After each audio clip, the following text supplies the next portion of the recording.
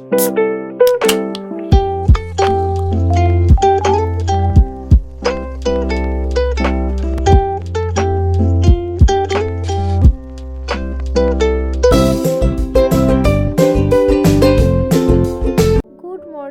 আমি মোনালিসা আর মনস খুঁটিনাটির নতুন আরও একটি ব্লগে তোমাদের সকলকে জানাই অনেক অনেক স্বাগত।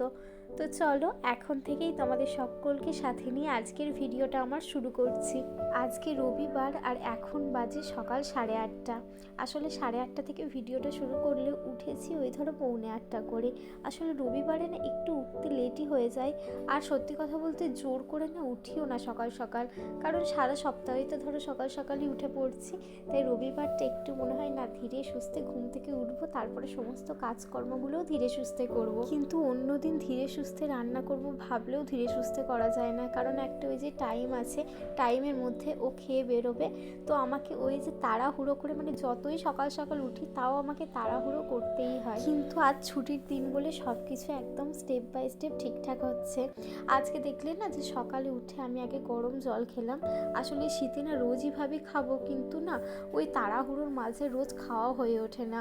কিন্তু এই শীতে সকালে ঘুম থেকে উঠেই আমার যেন গলাটা কেমন একটু হালকা ব্যথা করতে থাকে, মানে ওই যে হালকা খসখস করে, হালকা ঢোক গিলতে গেলে ব্যথা লাগে। তো তারপরে উঠে একটু ধরো এরকম গরম জল খেলে ধীরে ধীরে আবার ব্যথাটা চলে যায়।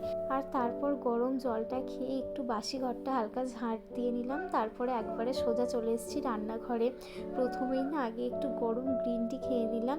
আর এই শীতের সকালেই না সকালটা মনে হয় যে একটু চা, গ্রিন টি বা কফি এই ধরনের জিনিসপত্র খেলে ভীষণ ভালো লাগে। আর পরের কাজ করার এনার্জিটাও না অনেকটা বেড়ে যায়।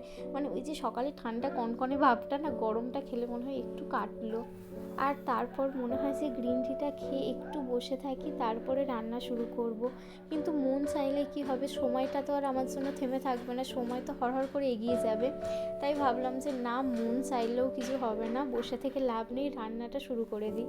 আর আজকে ছুটির দিনে ব্রেকফাস্টটা তো একটু স্পেশাল বানাতেই হবে। তো প্রথমেই তো দেখতে পেলে আলুর দম করে নিলাম। আলুর দমটা না একটু শুকনো শুকনোই করলাম। আর এইদিকে এখন করছি মেথি পরোটা। মেথি পরোটাটা আজকেই প্রথম করছি। আমি না দেখেছিলাম যে মেথি শাক দিয়ে পরোটা বেশ ভালোই হয়, তো ভাবলাম যে একবার বানিয়েই দেখি। আর খেতে না অসাধারণ হয়েছিল জানো তো। আর বানানোটাও ভীষণ সোজা। প্রথমেই ময়দা নিয়েছিলাম, ময়দার সাথে অল্প একটু বেসন নিয়েছিলাম, আর নিয়েছিলাম একটু জিরে, মানে জিরে ভেজে গুঁড়ো করে নিয়েছিলাম, জিরে গুঁড়ো, একটু চাট মশলা, একটু হলুদ গুঁড়ো, আর টেস্ট বাড়ানোর জন্য অল্প একটু চিলি ফ্লেক্স দিয়েছিলাম, আর দিয়েছিলাম নুন, পরিমাণ মতো সাদা তেল। সব কিছু দিয়ে ভালো করে মেখে নিয়েছিলাম। ও আসল জিনিসটা দেখছো, মেথি শাকটা একদম ছোট ছোট করে কুচি করে দিয়েছিলাম। আর ময়দাটা তারপর অল্প অল্প জল দিয়ে ও মেখে দিয়েছিল। আসলে সকালে না এইসব করতে এত তাড়াহুড়ো লাগছিল, তো ও বললো যে দাও আমি ময়দাটা মেখে দিই। তারপর আমি বেলে নিয়ে একটা একটা করে পরোটাগুলো ভাজছিলাম। আর নতুন যেহেতু জিনিস বানাচ্ছি, ও বলছে যে আমি আর এত অপেক্ষা করতে পারছি না, তুমি আমাকে গরম গরম দাও, আমি খাই। তাই আমি আবার এদিকে ভাজতে ভাজতে ওকে দিচ্ছিলাম। তারপরে দুজনেই একসাথে সকালের ব্রেকফাস্টটা করে নিলাম। আর আমি না আলুর পরোটা খেতে ভীষণ ভালোবাসি, কিন্তু এই মেথি পরোটাটা করার পর না মেথি পরোটা খেতে এত ভালো লাগছিল আমার, মনে হলো এরপর থেকে মেথি পরোটাই বানাবো। কারণ আলুর পরোটা বানাতে তো ধরো একটু পরিশ্রমটা বেশি হয়, আর মেথি পরোটাটা দেখতেই পেলে যে একদমই পরিশ্রম নেই। তাই বলতে পারো মেথি পরোটার পুরো ফ্যান হয়ে গেলাম। আর খাওয়া দাওয়া করে ও আজকে বাজার গেল, আর বাজার থেকে একদম পুরো টাটকা রুই মাছ নিয়ে এলো। তাই ভাবলাম যে আজকে আলু আর পেঁপে দিয়ে রুই মাছের ঝোল বানাবো। আর সকালে যেহেতু ব্রেকফাস্টে একটু ধরো হেভি করেছি, দুপুরে না রান্নার মধ্যে এই শুধু রুই মাছের ঝোল করব, আর খাওয়ার সময় গরম গরম বেগুন ভেজে নেব। আর ও সকালে আজকে বাজার যায়নি, কারণ হচ্ছে সবজি বাজার না আমার ফ্রিজে সমস্ত কিছু আছে, মানে আজকে আনার কোনো দরকার নেই। তাই ও বললো যে শুধু মাছটাই যখন আনবো, ব্রেকফাস্টটা খেয়েই তখন মাছ আনতে যাব। কারণ ধরো পরোটা না গরম গরম খেতেই বেশি ভালো লাগে। আর বাজারে গেলে না ওই একটু দেরি হয়েই যায়। তাই বললো যে ব্রেকফাস্ট খেয়ে নিয়ে একবারে মাছটা এনে দিই। আর মাছটা এনে দিল। এখন আমি আলু পেঁপে দিয়ে মাছের ঝোলটা রান্না করছি। আমার আগের দিনের ভিডিওতে হোম মেকার সাবিনা ব্লগ থেকে এক বোনু কমেন্ট করেছে যে দিদি খুব ভালো লাগলো, তোমার নতুন বন্ধু হয়ে গেলাম। তো থ্যাংক ইউ গো, তোমাকে প্রথমেই বলি। আর আজকে তো নতুন বন্ধু হয়েছো, সবসময় কিন্তু এইভাবে আমার পাশে থেকে আমার বন্ধু হয়ে থাকতে হবে। তো তোমাকে জানাই অনেক ভালোবাসা, সব সময় আমার পাশে আমার হাতটা কিন্তু শক্ত করে ধরে রেখো। আর এইদিকে আমার মাছের ঝোলও হয়ে গেছে। আর আজকে মাছের ঝোলে না জিরে, আদা আর কাঁচা লঙ্কা বেটে দিয়েছিলাম। আর আমি যেহেতু ধরো কাঁচা লঙ্কা দিয়ে সমস্ত রান্না করি, আজকে টমেটোটাও বেটে দিয়েছিলাম মশলার সাথে। তাহলে কি বলো তো, একটু রঙটা ভালো হয় তরকারির। আর গুঁড়ো লঙ্কা ব্যবহার করলে ধরো তরকারির কালার এমনিই ভালো আসে, কিন্তু আমি না সব তরকারিতে কাঁচা লঙ্কাই ব্যবহার করি। কারণ আমার মনে হয় যে কাঁচা লঙ্কা খাওয়াটা হয়তো শরীরের পক্ষে অনেকটাই ভালো। তাই আমার ঘরে কিন্তু কোনো গুঁড়ো লঙ্কা আনাও থাকে না। কখনো হয়তো কোনো তরকারিতে শুকনো লঙ্কাও বেটে দিই, কিন্তু গুঁড়ো লঙ্কা কোনো তরকারিতে ব্যবহার করি না। আর আমি জিরেও কিন্তু গুঁড়ো ব্যবহার করি না, হয় গোটা জিরে তরকারিতে বেটে দিই, না হলে ঘরে আমি জিরেকে ভালো করে ধুয়ে পরিষ্কার করে গুঁড়িয়ে রেখে দিই। আর এমনিতেও এই টাটকা রুই মাছের ঝোলে বেশি কিছু মশলা দিতে মোটেই লাগে না, মাছের জন্যই না ঝোলটা অনেক টেস্টি হয়।